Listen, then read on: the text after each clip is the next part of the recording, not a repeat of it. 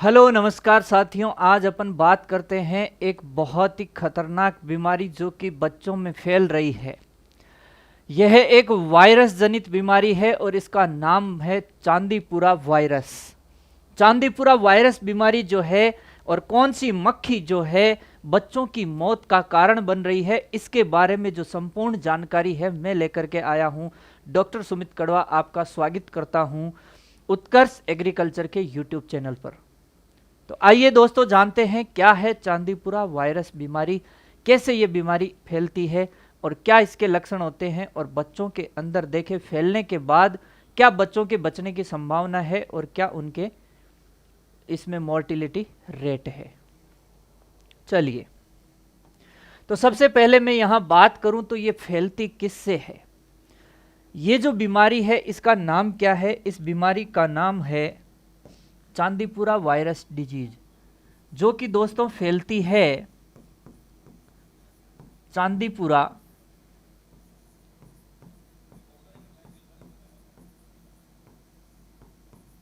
वेसिकुलो virus से, जिसे CHPV बोलते हैं। यहां ध्यान रखने लायक बात यह है कि चांदीपुरा वेसिकुलो वायरस CHPV कहां से आया। यहां सबसे पहले एक चांदीपुरा गांव है जो कि महाराष्ट्र में, चांदीपुरा गांव है दोस्तों कहां? महाराष्ट्र में। वहां इस बीमारी को सबसे पहले 1965 में देखा गया, 1965 में।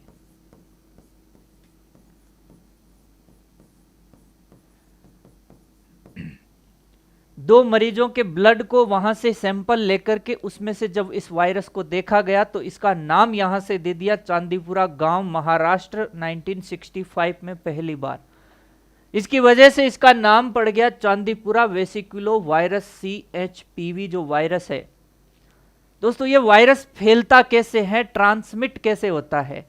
यानी ये बीमारी मक्खी से नहीं होती है, मक्खी सिर्फ इस वायरस को एक जगह से दूसरी जगह ले जाती है। ट्रांसमिट करने वाली कौन है? वो है मक्खी। दोस्तों ये कौन सी मक्खी है? इस मक्खी का नाम है सैंड फ्लाई।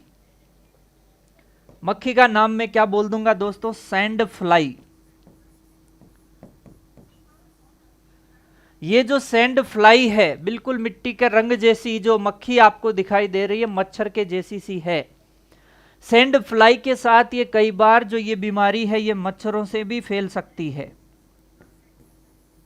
यानी कि किसी संक्रमित व्यक्ति को ये मक्खी या ये मच्छर काटेगा और किसी स्वस्थ को काट लेगा तो बीमारी उस तक पहुंच जाएगी, क्योंकि ये जो वायरस है वो इनके अंदर देखने को मिलता है। तो नाम बोला मक्खी का सैंड फ्लाई, और मच्छर के द्वारा ये बीमारी जो है वो फैल सकती है। अपन क्यों इसके बारे में बात कर रहे हैं? क्योंकि दोस्तों ये एक बीमारी है, कैसी बीमारी है? जूनोटिक। आप कहोगे सर ये जूनोटिक बीमारी क्या होती है? जूनोटिक बीमारी होती है दोस्तों पशुओं से मनुष्य के अंदर फैलने वाली बीमारी। यानी यह बीमारी पशुओं से कहां फैल सकती है? मनुष्य के अंदर फैल सकती है। आप कहोगे सर क्या बात कर रहे हो? बिल्कुल सही बात कर रहा हूं। पशुओं से कैसे? ये जो सैंड फ्लाई है ये वहां इकट्ठी होगी आसपास, तो ध्यान ये रखना है कि पशुओं के बाड़े का सैनिटाइजेशन अपने को अच्छे से करना है, साफ सफाई अच्छे से रखनी है, ताकि ये जो सैंड फ्लाई है वहां इकट्ठी ना हो, पानी का भराव ज्यादा ना हो।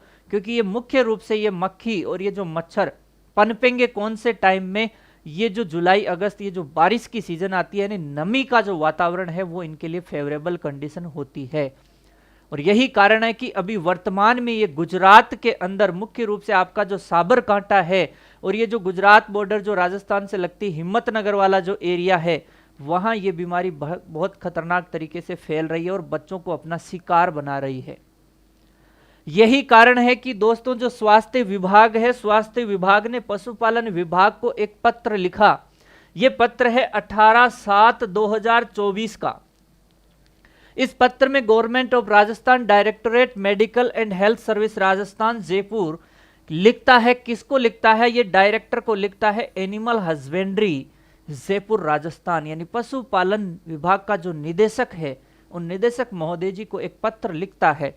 पत्र में क्या कहता है दोस्तों? ये कहता है कि एक नई बीमारी, new emerging disease Chandipura viral बीमारी जो है अपने पड़ोसी राज्य गुजरात के अंदर जो है वो ज्यादा देखने को मिल रही है। तो जो बॉर्डर के अपने जिले हैं उनको अलर्ट जारी किया है, डूंगरपुर, प्रतापगढ़ और यहां से देखें बांसवाड़ा, जालोर, सांचौर, सलुंबर, सिरोही और राजसमंद। इन एरिया में जो मुख्य रूप से देखो क्या नाम लिया है, केमल, मंकी और जो डोमेस्टिक एनिमल्स है ये रिजर्वायर होते हैं, यानी इनके अंदर जो ये वायरस है वो सिम्टम्स शो नहीं करेगा लेकिन इनके अंदर ये वायरस रहेगा। और दोस्तों ये रिजर्वायर की तरह काम करते हैं और इनसे ये बीमारी मनुष्य के अंदर फैल सकती है। यानी बीमारी कैसी बीमारी है? जूनोटिक बीमारी है। ये एक प्रकार की जूनोटिक बीमारी होने की वजह से यही कारण है कि स्वास्थ्य विभाग पत्र लिख रहा है, किसको? पशुपालन विभाग को। और दोस्तों इस पत्र के अंदर उन्होंने क्या इंपॉर्टेंट बातें बोली वो आपको ध्यान रखनी है कि अवेयरनेस इन कैटल हैंडलर्स, यानी कि जो पशु पालक है, जो पशु को पाल रहे हैं, उनके अंदर जागरूकता फैलाई जाए ताकि वो क्या करे, प्रॉपर सैनिटाइजेशन करवा लें और सैंड फ्लाई जो है इससे बचाव करें। क्योंकि ये बीमारी फैलती किससे है? सैंड फ्लाई से फैलती है, यानी कि जो रेत जैसी, रेत मक्खी, हिंदी में सैंड को रेत मक्खी है ना, इससे फैलती है यह बीमारी। तो इसको रोका जाए, प्रॉपर सैनिटाइजेशन किया जाए। इसके अलावा जो कलेक्शन हो रहा है यानी इकट्ठी हो रही है सैंड फ्लाई, उनको इकट्ठा नहीं होने दिया जाए। प्रॉपर जो डस्टिंग है वो फॉलो की जाए। इसके अलावा जो केमल, मंकी और ये जो जानवर है इनके सीरोलॉजिकल टेस्ट किए जाएं और डाटा को शेयर किया जाए मेल आईडी पे, क्योंकि दोस्तों ये सब चीजें करी जाएगी तभी ये जानवरों से कंट्रोल होकर के मनुष्य में नहीं फैलेगी। यानी जानवर भी इसके फैलने का मुख्य कारण बनते हैं, ये भी ध्यान रखना है। जिस तरीके से आप बात करते हो कि मलेरिया जो आपका होता है उसको मच्छर फैलाता है लेकिन मच्छर से मलेरिया होता नहीं है, ठीक उसी तरीके से ये मक्खी जो है, सैंड फ्लाई जो है, वो इस वायरस को सिर्फ एक जगह से दूसरी जगह तक फैलाती है। इस मक्खी से ये बीमारी होती नहीं है। अगर आप मक्खी को खत्म कर दोगे तो फैलाएगा कोई नहीं, फैलाएगा कोई नहीं तो बीमारी आगे फैलेगी नहीं, रोका जा सकता है। ठीक है दोस्तों, तो यहां अपन बात करते हैं कि इसके अंदर क्या क्या लक्षण देखने को मिलेंगे। इस बीमारी के जो मुख्य लक्षण है वो मुख्य लक्षण मुख्य रूप से होते हैं बेचैनी देखने को मिलेगी। बेचैनी के अलावा उसको क्या हो सकती है, उल्टी हो सकती है यानी वॉमिटिंग देखने को मिलेगी। उसके अलावा क्या देखने को मिल सकता है, सिर दर्द देखने को मिल सकता है यानी हेडेक होगा। उसके अलावा ज़्यादा सीवियर कंडीशन अगर होगी तो जो है इन जो बच्चे हैं वो कोमा में जा सकते हैं। किस में जा सकते हैं? कोमा में। दोस्तों ये बड़ी खतरनाक बीमारी है। यहां ये ध्यान देना है कि मान लो अगर 100 बच्चे बीमार हैं, कितने बच्चे इस बीमारी की चपेट में आ गए? 100 बच्चे अगर इस बीमारी की चपेट में आ गए तो यहां से सिर्फ 15 को बचाया जा सकता है, 15 बचा सकते हैं। यानी इसका मतलब मैं क्या कहना चाह रहा हूं, यानी यहां से मैं बोल सकता हूं कि 85% इसमें क्या है, मृत्यु दर है।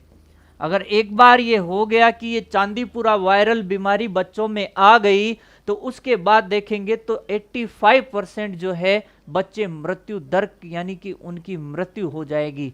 तो बहुत ही खतरनाक बीमारी ये जो है, इसको रोकथाम करना बहुत जरूरी है। जूनोटिक बीमारी है, जानवरों से मनुष्य में फैल सकती है। तो ये थी दोस्तों चांदीपुरा वायरल बीमारी जो कि हाल ही में बहुत ज्यादा चर्चा में आई है, क्योंकि इससे पहले भी इसके कई केस देखे जा चुके हैं 2003 में और 2004 में। उस टाइम भी काफी बच्चों की मौत हुई थी और यहां बात करें तो एक बार फिर से ये बीमारी अपना कहर बरपा रही है। ठीक है दोस्तों, तो ये जानकारी थी चांदीपुरा वायरल बीमारी के बारे में। ध्यान रखें, जो बातें आपको बताई गई है उनके बारे में थोड़ा सा ध्यान रखें और अपना ख्याल रखें। जय हिंद, जय भारत।